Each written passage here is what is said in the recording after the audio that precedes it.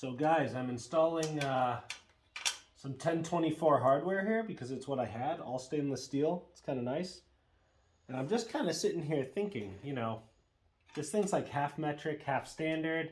And it works fine for now because I understand standard. My hardware store has a good supply of standard, and I have a ton of standard stuff, all stainless steel here.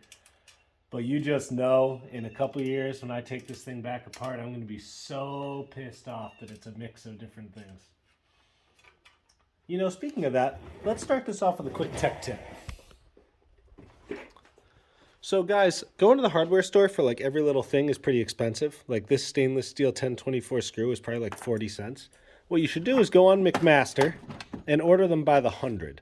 So like this is a stainless steel quarter 20. That's probably like, I don't know, 70 or 80 cents at the hardware store. This whole box was probably like $5 at McMastercar.com.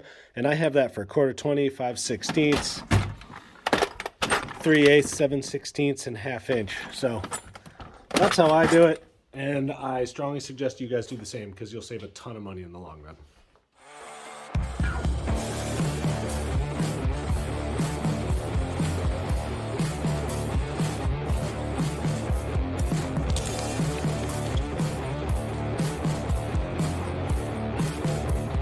What is going on, guys? Welcome back to Ran When Parked. We are back again working on Geordie the 40, my 1973 FJ40 Landcruiser behind me. And you guys have pretty much been witness to this entire project. I have pretty much documented this entire thing on YouTube.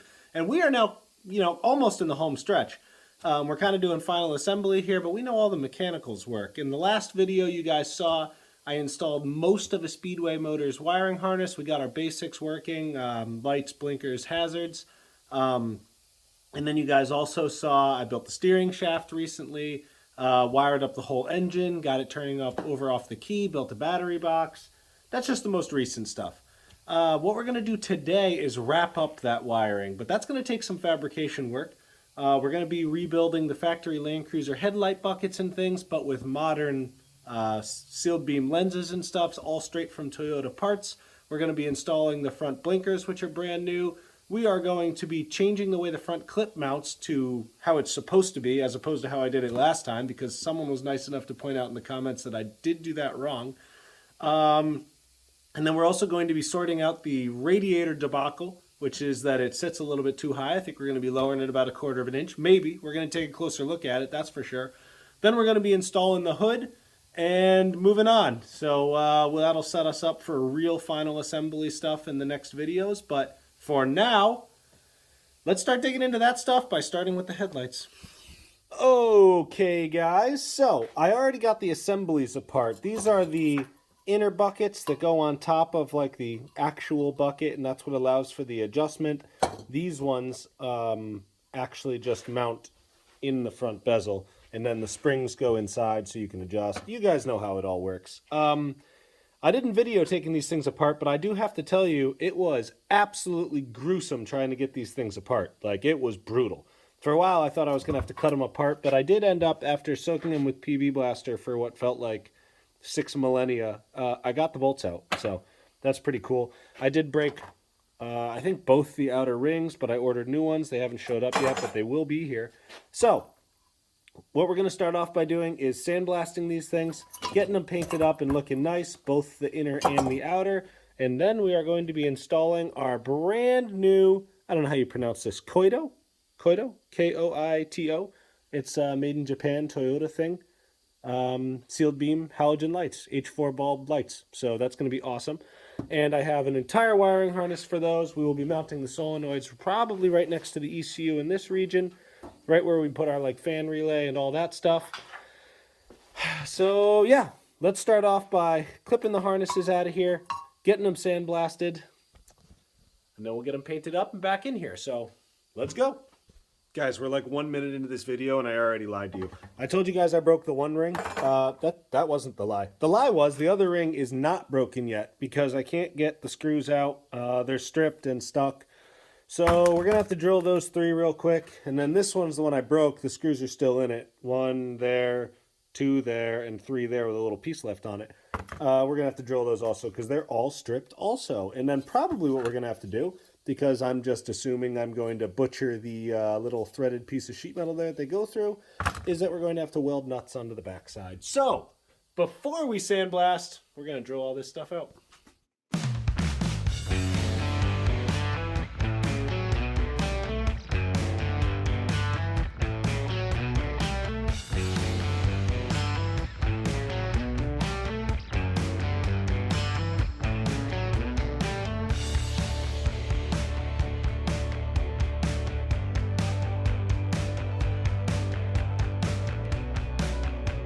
Just as a side note, guys, before we go and start blasting these things, I just want to make note of what you guys just witnessed. I'm pretty sure I picked the exact right drill bit and drilled all these in the exact right spot, such that I didn't actually damage the threaded part at all. That's a miracle in my book, guys.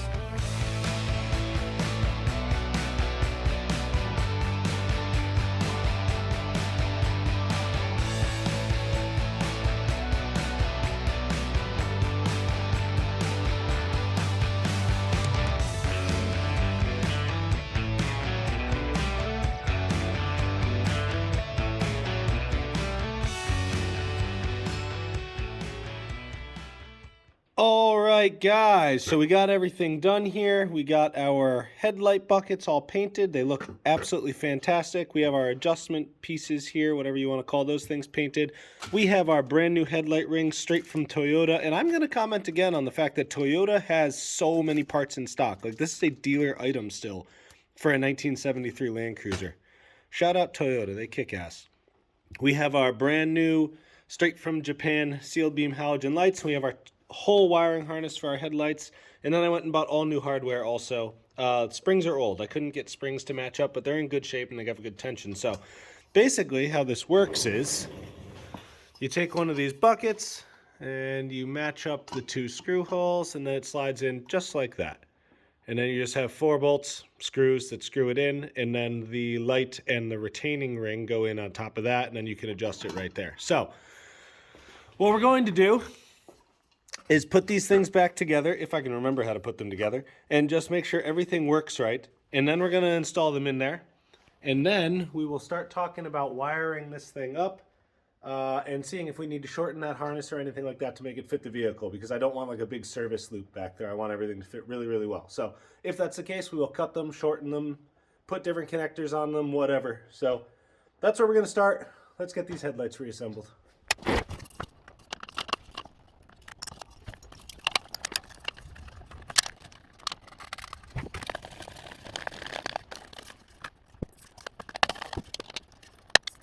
Just as a side note, guys, while we're working on this, I am just shocked that nobody's commented on the absolute dumpster fire that my bench has become here. Like, look at this freaking place.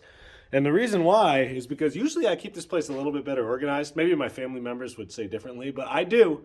And I've just been trying so hard to make a new video for you guys every week that I've had no chance to actually clean up. Like, I've been at it every day to like get the parts here and get it organized and get it all done. And it works out for me and it works out for you guys because you guys have great content and I'm finishing my project. So no complaints, but that's why this place looks like a hurricane blew through. All right, guys, so we have our assemblies kind of put together here. Our springs in, our adjuster screws in, and I could put the bulbs in, but what I decided to do was start laying out exactly how this wiring works. And I have to tell you, this is a little wonky. I don't want to judge the manufacturer of this yet because obviously I built the whole thing and wired it all up, and maybe it's more conducive to an OEM setup, but the wires are very, very long. So I think I have this laid out in the best way possible. I have my relays over here, which I'm going to put my fan relays, and if I have like a horn relay, I'm going to put them right along there too, so they're all nice and right in a row. Eventually we'll mill out a billet bracket over there for them. It's going to look great. And then I put my powers and fuses right next to the battery, right? So the fuses can sit down in there. I will mount them on the fender. The ground, the power can go right to the battery. I would put them over there. I know what you guys are probably thinking. You put the terminals on the firewall. Why don't you use the terminals on the firewall? And it's just because this is just a better spot for it, packaging-wise, we'll say. So that wire runs all the way over to my driver's headlight here. And then my passenger headlight tees off that and runs all the way back. However, look how long this thing is. So that's the difference between the two headlight plugs. One is sticking out the driver's hole. one is a whole nother car over. I can hook it up to the Ultima. So what we're going to do is cut these and shorten them, make this whole thing kind of fit this Landcruiser, and put everything right where it's supposed to be. So it's going to be some cutting, soldering, shrink wrapping, and then we'll hook up some headlights and see how that is. So more of the same for you guys. Let's do some more wiring.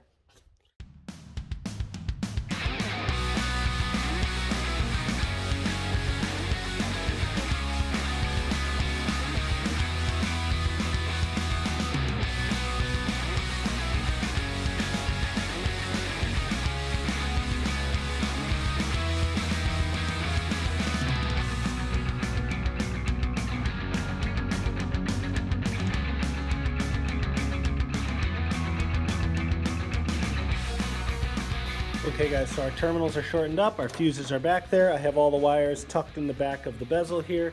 Next thing we have to do is shorten up our passenger side headlight wire, and then we need to extend our driver's side headlight wire so it can go through the grommeted hole in the bucket because there's not enough room. So let's do that.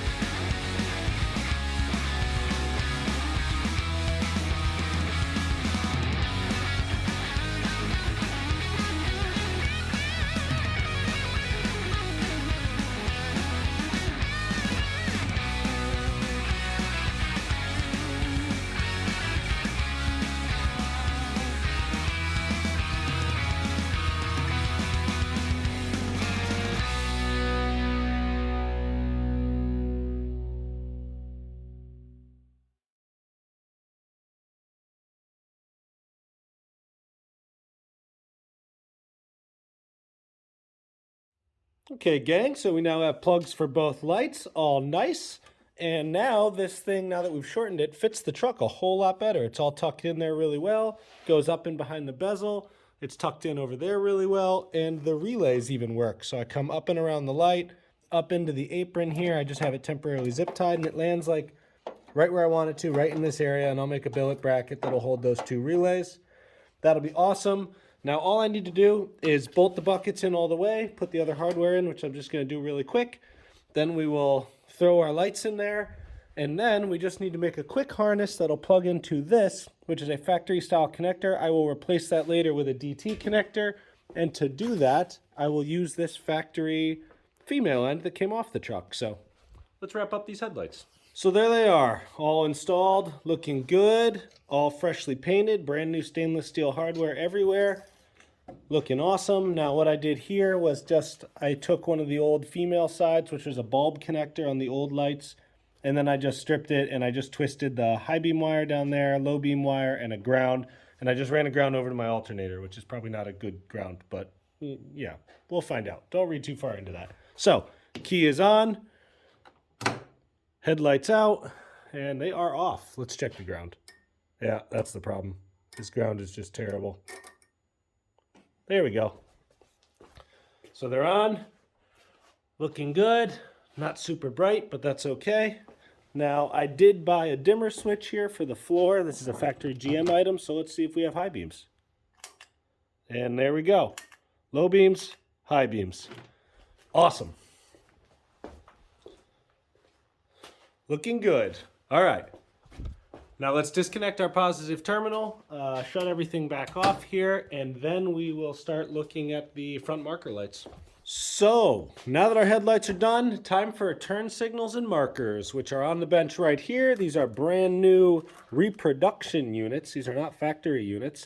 And the way they work is they have two wires, one for blinker, one for marker light, and then the ground is actually through the mount, which I'm just thinking now might cause us a problem because these fenders are painted and the nut goes right there. So we might have to strip a little bit off to get a good ground, but we shall see. We'll figure that out. And these are going to be the only lights you'll see on this that I don't convert over to the DT style connectors. And the reason for that is that the nut actually goes over the wire, and the DT connector either end will never fit through that nut. So unless I split the nut to make it come off of this, which I don't really want to do, I'm just going to keep these spade connectors because it works. I do have female or bullet connectors, that is to say. I do have females for those. So we're going to go ahead and get these mounted up. We're going to pull the wires out of the harness on both sides. We're going to put the spade terminals on them, cut them down to length. We will then find out if we have turn signals and marker lights. So let's get moving. Okay, so they're both in and installed, wired up. I got all the wiring pretty well straightened out. Now let's just expedite our test here and just go key on, markers on. I already see that one's running, so apparently the grounds work. And then just turn the hazards on. And that'll cover everything. And there we go. Honestly, I can't believe the grounds work on both sides. Everything's painted. I'm not sure how that's working so well. Okay, well, anyway. Now we have headlights, front markers, front turn signals. Everything works thus far. Now we are going to straighten up all the wiring under the hood. So now that we know where everything's going, there's nothing else up in the air here, it's time to start straightening this out and seeing how this is all going to work. I want to loom it. So I essentially have 3 wires left that aren't hooked up, that is to say. I have this green one here, which is for the horn. I have this blue, which is oil pressure sending unit. And then I have yellow, which is alternator exciter. And actually, I should have one more. Let's play find the missing wire. Where is the last one? There should be one more here. Ah, there it is. Green wire. And that is temperature sensor. So that's all of it. Now, what am I going to do with these wires? Well, I'm going to pull this one through for starters. The temperature sender, this one, is going to go to that side of the engine bay, which means it's going around the firewall over there. And that is because the LS has 2 temp sensor ports, one in each head. One is right there, which the computer is using, and that is important, obviously, for the computer to have that. The other one is on the other side, so I will put a factory FJ40 sender in the other side, and that'll make the gauges work. This guy, alternator exciter, is going to go through the engine harness to the alternator to excite it, obviously. So that means it's going to go into the engine harness right back there. It is also going to stay out of this side. This blue one, oil sender, the LS oil port for the sender is on the back there, obviously. I don't have it plugged in right now because the ECU doesn't really need that. So what I'll probably do is just get an adapter for that port, put an FJ40 sender in it, and run the gauges on that. Needless to say, that means this one isn't in this side harness either. And then, what did I say the last one was? Oh, horn. Where is horn? Horn is this one. So the horn I will keep on this side. It can hang out over here. I have no idea where I'm going to put the horn, but I will leave that in the harness somewhere. Maybe I'll mount a horn down there. I don't know. Doesn't really matter for right now. What I want to do is get out the stuff that I know is not going down this fender, put it where it's going to go roughly, and then loom everything from there through the fender and out the other side. So that's what we're going to do right now. Before we move on, though, I want to point out something that I really screwed up, and I'm just now realizing it. So I bought the newer style, I think it's 75 or newer marker lights, and those basically have the 2 colors and they have the side marker. And I bought them because I like them better. They look better than the smaller just amber light that comes on the 75 and older or 74 and older trucks. Now, here's where I have an oversight. The frame on this thing is from like a 76. So you know that because it has the taillights in the frame. So newer frame. This body was set up as like a 76 or something. So I wanted to keep that body style. The problem is these aprons I pulled off a 73. And the 73 did not have this side light. Therefore, they have the side light right there, which is this marker right here. It goes right in that hole, just like that. Now, I did not notice that when I was painting this because really I should have filled that if I was going to use the newer style lights, which was a decision I did not make yet. So as of right now, I am doubled up on the side marker light. I might just use it. I'm not really sure. For now, I'll probably just leave it out. I can always just take the apron off later and then weld this all up and then, you know, blend it out and repaint. I don't know. But it is a major oversight that I made when I was doing all the body work and buying parts. So now you guys know. So let's start straightening up wiring. Well, we got her loomed up. There's a couple missing just for this one, which is going to go on the 3-prong connector when I get it. And then these ones running down, I could put a 1/4-inch loom on those. But that's how nice it can and will look once I get it all cleaned up. Obviously, I have a lot more to do. But before we move forward on to other stuff, we're going to go backward. And the reason why we're going to go backward is because the more I ponder it, the more I just cannot get on board with these bullet connectors. I just don't like them. It's not the right way to do it, and we are going to get rid of them. I'm going to put on the DT connectors, and the way I'm going to do that is I'm going to take these nuts off of here, and then I'm going to cut a hole or a slot in the side of the nut so the wires can go through that slot, and then that way you could get the nut off of there and get the light off of there without taking the connector off. So we're going to go ahead and do that right now, put the DT connectors on there, and then we'll move forward.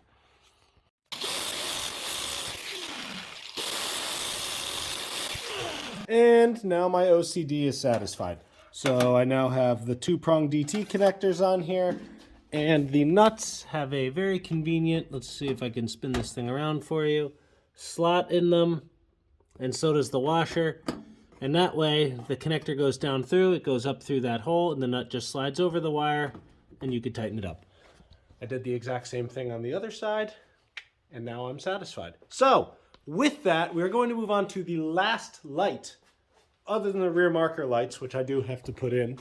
That is these guys, which I'll figure out later because I don't even have them, is going to be brake lights. Now, the brake switch is going to have to be modified for a couple of reasons, not the least of which being it has a factory Landcruiser wire on it, or connector on it. So just like everything else, I'm going to throw a DT connector on it. We're going to throw it in there, and then we're going to see if we have brake lights. So this is going to take 2 seconds. And because you've seen me install so many of these connectors, I'm not even going to time lapse it. Okay guys, so before we install this and put the connector on, it always pays to figure out what the heck you're doing. So I ohmed this out with the multimeter, and I found it has 2 sets of circuits, the greens and the reds. So when this switch is open, there's power going across the reds and power going across the greens. When you close this switch, i.e. the brake is not on, because these are normally open switches, that cuts power on both of them. So I only need one. So I could always use the other one for later, but let's just pretend we're only using one, the green one. So what I'm going to do, I went ahead and pulled my brake power, switch power out of the harness, and also my brake switch wire out of the harness. Now it would stand to reason that if I touch the greens to this yellow and to that orange, the brake lights should go on. So I'm going to set up the camera out back for you guys, and we're going to see how that works. All right, so key on. Now I'll touch the wires together, and judging by the reflection over there, I'm going to assume that's brakes. So this switch does work that way, and if I press the button on it, there we go. So that would be not touching the pedal, that would be pressing the pedal. Okay, so connector is on, it's all wired up, it goes right there, it's just kind of mounted on the pedal assembly, and now that we're all hooked up,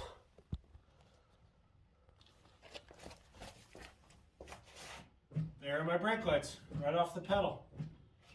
All right, guys, so by this time, I'm going to go ahead and assume that you guys have had about enough of wiring. I, too, have had about enough of wiring. So I started thinking, what do you say we make this thing look a little bit more like an FJ40?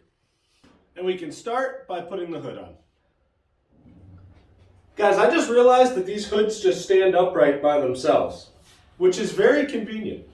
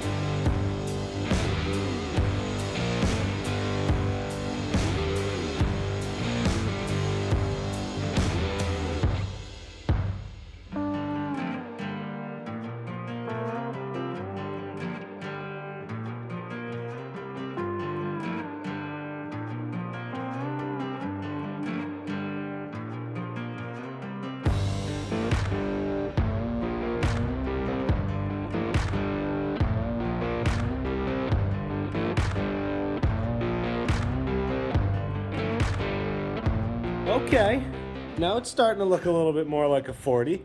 Love the black hinges, although I will say I think I have to strip them and go like a more matte black color. I was kind of, I don't know, on the fence about that. I went gloss black, I'll probably go matte. The fitment is pretty darn good for an immediate fit up. Obviously I have some aligning to do. It has to go probably a little bit passenger side because it's like perfectly flush there, and on this side there's the tiniest little bit of overhang. There is a little overhang in the front, but that's not really out of the ordinary. And also, I think I mentioned to you guys, I did do the aprons wrong. There's a gasket that goes in here that'll pull it out, I don't know, probably 1/8 of an inch. That'll help a lot there. Everything's looking good though. I love it. Starting to look like a 40. And also, the radiator cap doesn't hit up in there. Now that I put the new hood stops in there, cushions that is, we're all set. Why stop here though? We're on a roll. Let's keep making this thing look finished.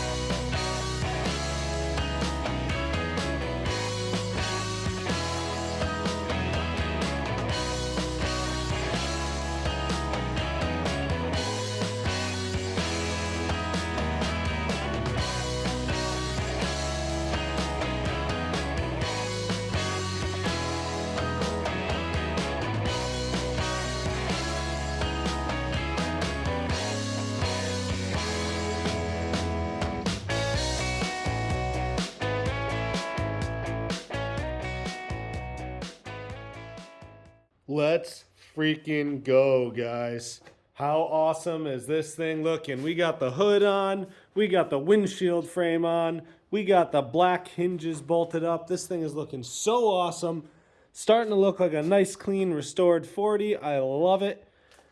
I do have to do a little bit of work on this front end, like I showed you guys before. When I was off camera, I did take the aprons apart here and unbolt them and just put the rubber seals in there that are supposed to be in there, or rubber shims, I guess you could say. And that means these are now free floating, and that's how this thing is supposed to be. I also did a couple other little surprise things without filming. Oh yeah. I threw the vent in there, which looks freaking awesome. And I also threw the kick vent in.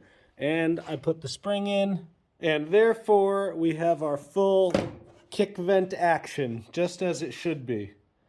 Like I said, when I put these things into the fiberglass body, you gotta have it. It's like the soul of the 40. Those things are sweet, especially on a hot summer day. You kick the thing open, you get some nice airflow, so it's super functional too. Anyway, this thing's looking awesome. I cannot wait to move forward.